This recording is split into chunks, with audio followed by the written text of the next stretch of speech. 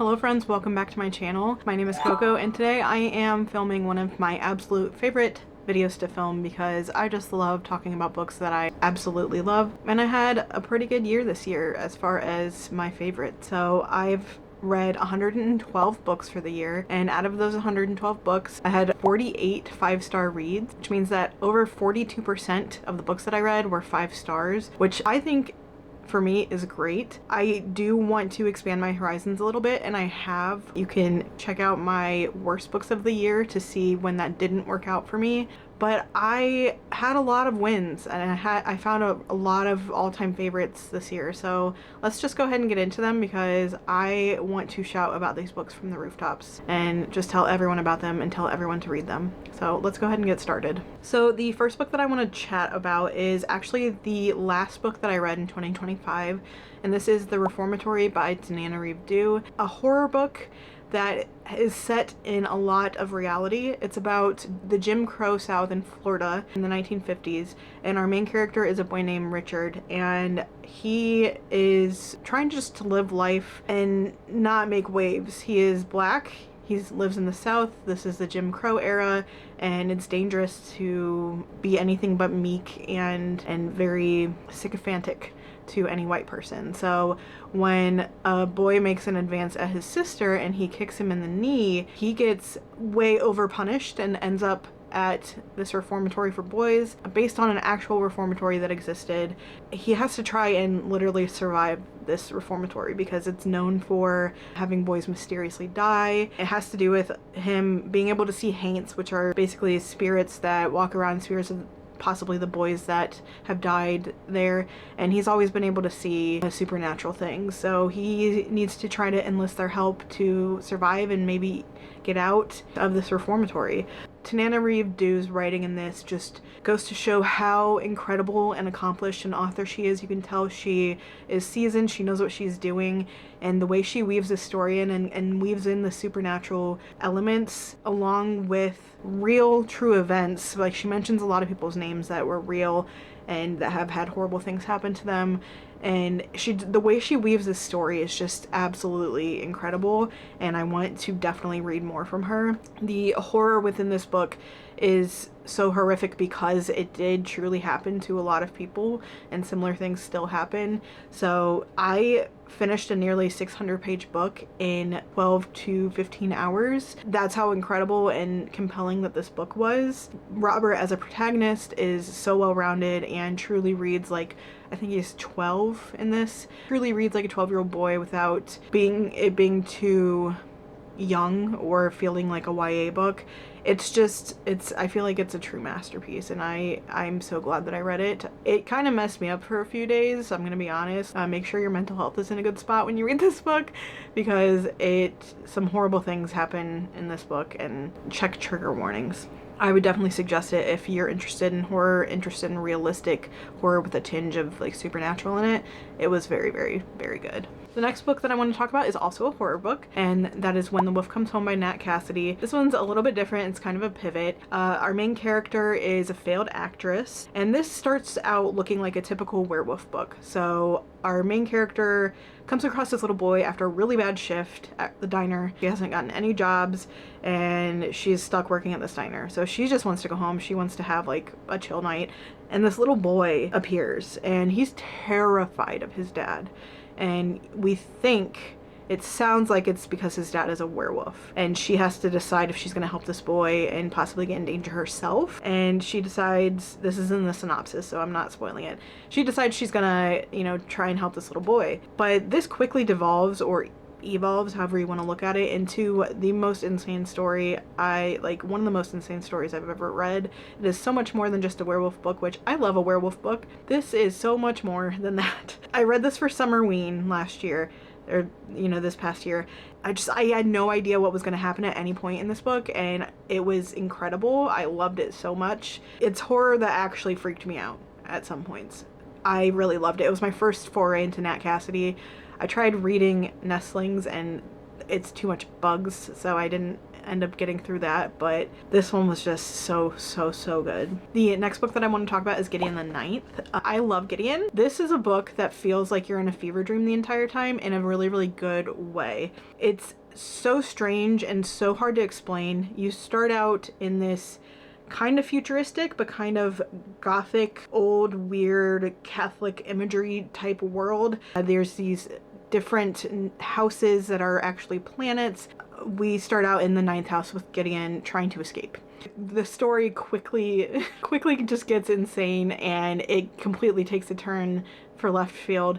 There's a lot of banter and squabbling between Gideon and Harrow. They hate each other, but they have to work together. I just loved this book so much. At no point did I know what was going on completely, but I just was along for the ride, and it was great. I need to read Harrow in the 9th and Nona in the 9th still. I used to think I hated books where I didn't know what was going on. This book was the first one that I read in a while where I'm like, I have no idea what's happening, but I love it. Yeah, so it was great. I loved it so much. And then the next one, I hope you'll indulge me. This is an entire series, but I needed to put all of them together because the arc of the series is part of what makes these books so good. And that is the Ember and the Ashes series by Sabaa Tahir. You've probably heard of this series. It's been around since like 2015. And this book series is just so good. It stands the test of time. There was a part in one of them where the protagonist let out a breath she didn't know she was holding, but I forgave Sabaa Tahir because this book had been written 10 years ago. This is a series set in a fantasy world. We have two main characters, Elias and Laia, and Elias is a student at this military school. He's kind of important. People look up to him. He's destined for greatness, etc., etc. Laia is trying to infiltrate the school because her brother has gone missing, and she needs to figure out how to get him back. And to do that, she has to become a slave for the commandant and try and figure out where the commandant possibly, like, if she has her brother, where he is he safe, is he even alive? And while you don't think that these two people, Elias and Laia, are going to have anything in common, obviously they will, because they spend an entire 4-book series on a quest, on a journey to help their people and make some really hard decisions. The secondary characters in this are incredible. I wouldn't even call them secondary. I feel like Helene is a character that ends up being closer to a main character. I love her journey as well. I won't go too far into it at all because I would be telling you about an entire book series, spoiling a lot.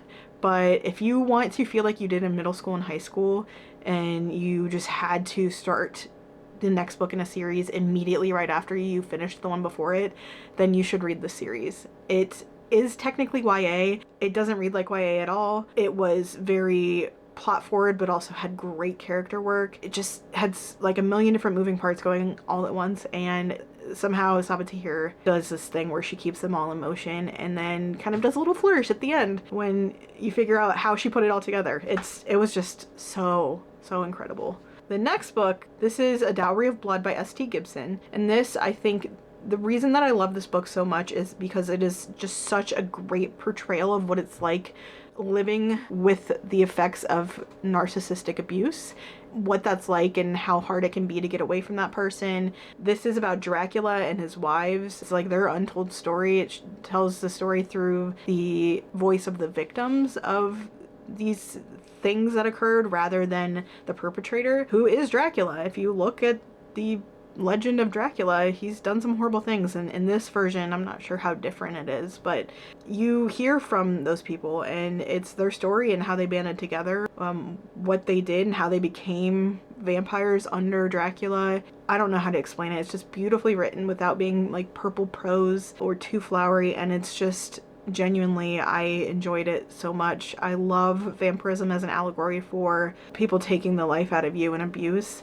and I think that S.T. Gibson does that really well. Hello, I apologize if anything looks drastically different. My battery died. The next book that I want to talk about is one that I read in the summer, and I think about this book semi-regularly still. It is called Wild Dark Shore by Charlotte McConaghy. This is about a family who are stewards of a tiny island off the coast of Antarctica. It's like as far south as you can get without being on the continent of Antarctica, and they are the stewards of this seed bank. The seed bank is the biggest one. It's got rare seeds, common seeds, all the seeds you would need to like restart a society if something were to occur with our crops. So they have a very important job on this island, and it's this man, and I think he has 4 children, and the kids grew up on this island. They know it like the back of their hand. It's a tiny little island, and one day a woman washes up on the shore and she doesn't remember anything. She doesn't know how she got there. It's very strange that she's there because there's nowhere close for her to have drifted from. They're really confused, and the dad is like, do you really not remember anything? But her arrival is the catalyst for a lot of different things to occur. So Dominic is the dad. He has to wrestle with trying to take care of this woman who seems to just be in a bad spot, and his kids who he wants to keep safe. Things start to unravel because of her arrival on the island. There are some other people that live on the island that help out, like scientists, that type of thing, but mostly it's just the only full-time people are this man Dominic and his children. This book is so much more than just a mystery of a woman washing up on shore. It's really hard to explain. I think the biggest strength that Charlotte McConaghy has is her ability to just write nature in such a beautiful, impactful way. She brings a lot of attention to climate issues and other issues within nature and like these big corporations and pollution. She writes the exposition of locations so well, but she also writes characters and the storyline really well too. It's not fair that she's so talented, but I just love it. I loved it. I have Migrations and I have Once There Were Wolves that I still need to read from her. This is actually her most recent book, but I bawled. I cried at the end of this book.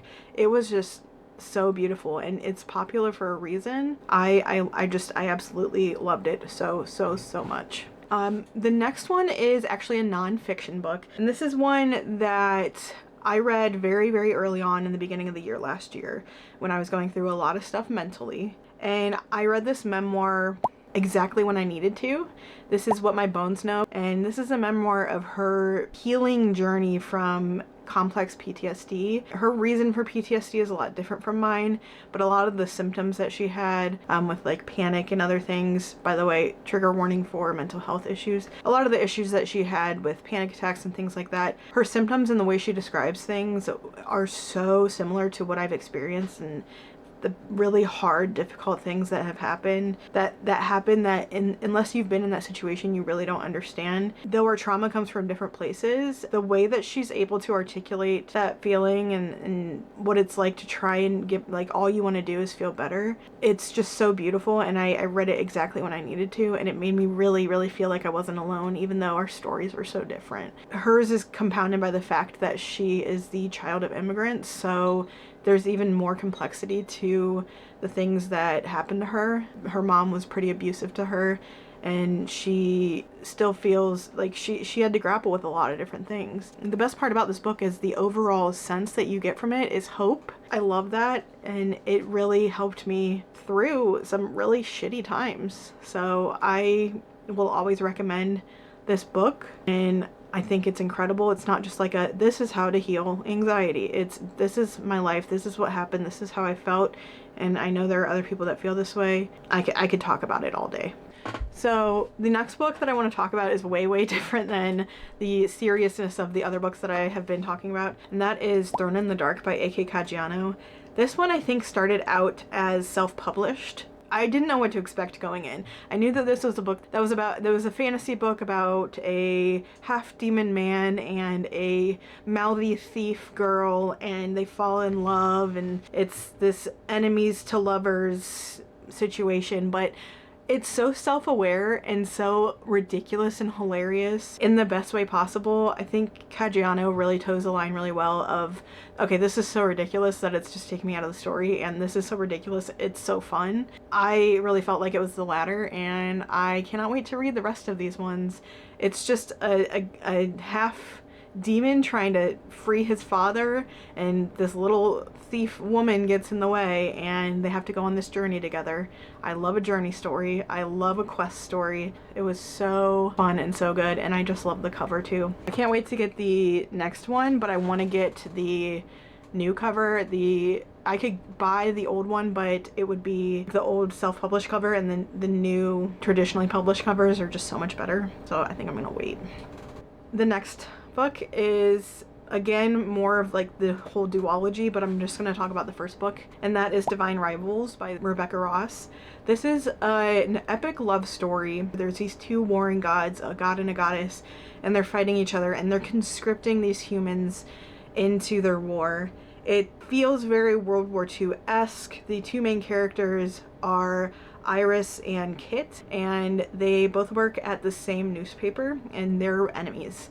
What they don't realize is that they both have these magic typewriters. The people that they've been talking to for years and years and years are each other, and they don't know it. It goes much deeper than that, and I think that the way Rebecca Ross writes their love story, you know, with this looming horrible thing that is war behind it, it's just gorgeous, and she's really able to write a book that feels like the main characters understand what it's like to try to fall in love during these horrible times. And it was just so atmospheric. It felt like a room filled with typewriters and cigar smoke, and it was so atmospheric. I felt like I was there. And Ruthless Vows is also really good, but Divine Rivals is the first one, and it is so incredible.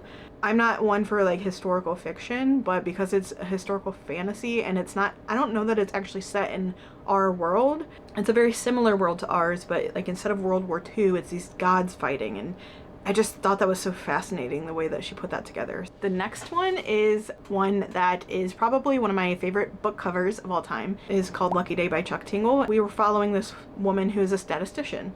She is kind of an activist and a statistician. One day, all these quote unquote low probability events occur on the same day. A low probability event is an event that could occur, but is so minuscule of a probability that it's almost impossible. All of these bizarre things that technically are possible all happen on the same day. Planes fall out of the sky, people die by getting a raccoon going through their car window, and then they crash, and then there's this chain reaction. Meanwhile, there's this casino that exists, and somehow everyone has really good luck there, and you always win big. We're not sure, but that may be connected. But because this low probability event occurred, and statistics don't really matter anymore, because our main character's like, well, these weren't all supposed to happen at the same time, but everything occurred on the same day. She doesn't have anything to live for. Her girlfriend has disappeared. She doesn't know if she's alive and just doesn't want to talk to her, or if she's gone from this horrible situation. She just kind of mopes around and mourns what used to be and what she used to know, until someone from the low probability event department of the government, it's kind of like the CIA, it's a very secretive department of the government, comes and is requesting her help to try and take down this casino and look and see if maybe this casino had something to do with tweaking luck, who is lucky and who is not, like tweaking probability, like the very fabric of space and time within probability and statistics. So he needs her help, and she's, I guess, gonna go along because she doesn't really have much else that she has to live for in her life. This book is a wild ride. It is so completely insane, and I was along for the entire thing. I enjoyed it so much. I love Chuck Tingle, and his writing is so fun. I also read Bury Your Gaze this year and really like that. That is an honorable mention. I do have a list of honorable mentions I'm gonna tack on at the end of the video, but yeah, those were 10 of my favorites. I do want to give some honorable mentions that for some reason didn't quite make it to the top 10, but they're still incredible, and I'm just gonna put them on the screen. Changing All-Stars, Murderbot, Jasmine Throne, Dungeon Crawler Carl, Once and Future Sex, which is a nonfiction book by Eleanor Yanago, very good. Once and Future Witches, which is by Alex E. Harrow. This is a fantasy book about sisters that are witches, also incredible. Of Monsters and Mainframes, which is a kind of retelling of a bunch of different, it's just interesting, you'll have to look it up. Night's Edge, it's a vampire book. Bear and the Nightingale, wintry Russian folktale, and On Earth We're Briefly Gorgeous by Ocean Vuong. These are all books I wish I could read again for the first time. And thank you so much for watching. If you enjoyed my content, please subscribe. I really appreciate it. And make sure to comment and like and let me know what you're reading, what you have planned for the next year, and I'll see you guys in the next video. Bye!